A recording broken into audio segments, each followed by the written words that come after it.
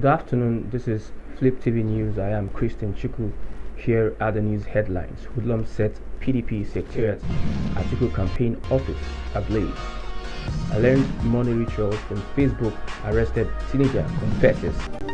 And breaking news, terrorists invade kidnap 6 in Asuu's chairman's home. Lekki Port will abolish Apapa gridlock, Sonlu. Monthly rent payment bill passes second reading at Senate. And here is news in detail. The Ngobe State Secretariat of the People's Democratic Party was on Tuesday morning set ablaze by some suspected hoodlums. The PDP office is situated along Gombe-Bauchi Expressway at the Atiku campaign office. According to correspondents, the building was touched too, and inferno damaged documents, chairs and other valuables. This is coming prior to Atiku's declaration for the 2023 presidency, amongst other controversies. The teenager Solu Majakodumi, who slaughtered his girlfriend Sophia for suspected money ritual purposes, has explained that he learned the practice through Facebook. Majakodumi said he typed how to make money ritual on Facebook and got the detail, adding that the link instructed him to behead and burn a female skull in a local port. Majakodumi and 3 other suspects spoke on Monday when they were paraded at the state police headquarters, Elewara, Abeokuta, Ogun State. Majakodumi, who had fled but was later arrested, said after learning the money ritual skill on the internet, he conspired with others to execute what he learned. The 18-year-old suspected killer, while speaking with newsmen on how he killed his girlfriend, said he squeezed her neck and beheaded her immediately after he had made love to her.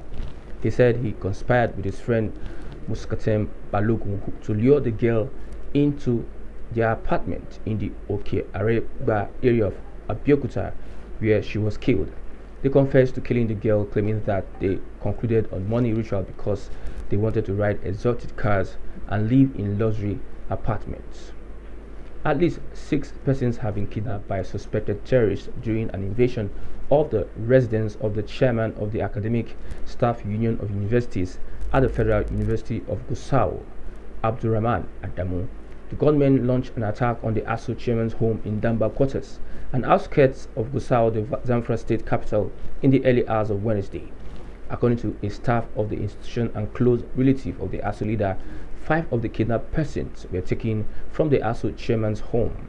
The kidnappers were also abducted a neighbor who is also a staff in the bursary department of the university. Meanwhile, the Asuu chairman did not sleep in that house on Tuesday night, and as such, he was not present when the raid took place.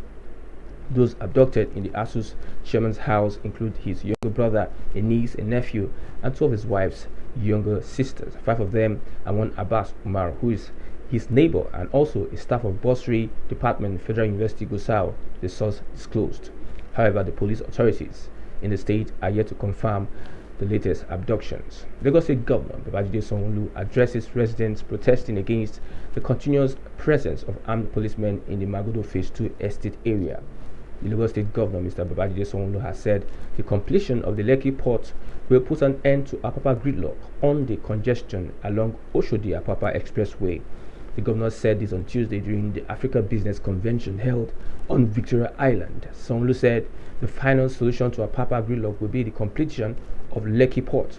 Several measures will be put in place to ensure that Apapa is congestion-free, one of which is to change the officials regularly to ensure there is no compromise in service rendered. As I speak, several landmark public and private infrastructure and investment projects are underway or nearing completion in Lagos State. The biggest single-train petroleum refinery in the world, one of the largest rice mills in the world, one of the largest and most modern deep-sea ports on the continent, and West Africa's biggest light rail network. Within the next 24 months, we expect all of this to be operational. The publisher of Business Day newspaper, Mr. Frank Aigbokun, commended Sanwo-Olu for the great work he had done in tackling the traffic gridlock at Apapa. A bill seeking to stop landlords in the Federal Capital Territory from demanding yearly advance rent payment from tenants has passed second reading in the Senate. Sponsored by Senator Smart Adeyemi, the proposed legislation entitled A Bill for an Act to Regulate the Mode of Payment of Rent on Residential Apartments, Office Spaces was read for the second time during Tuesday's plenary in Abuja.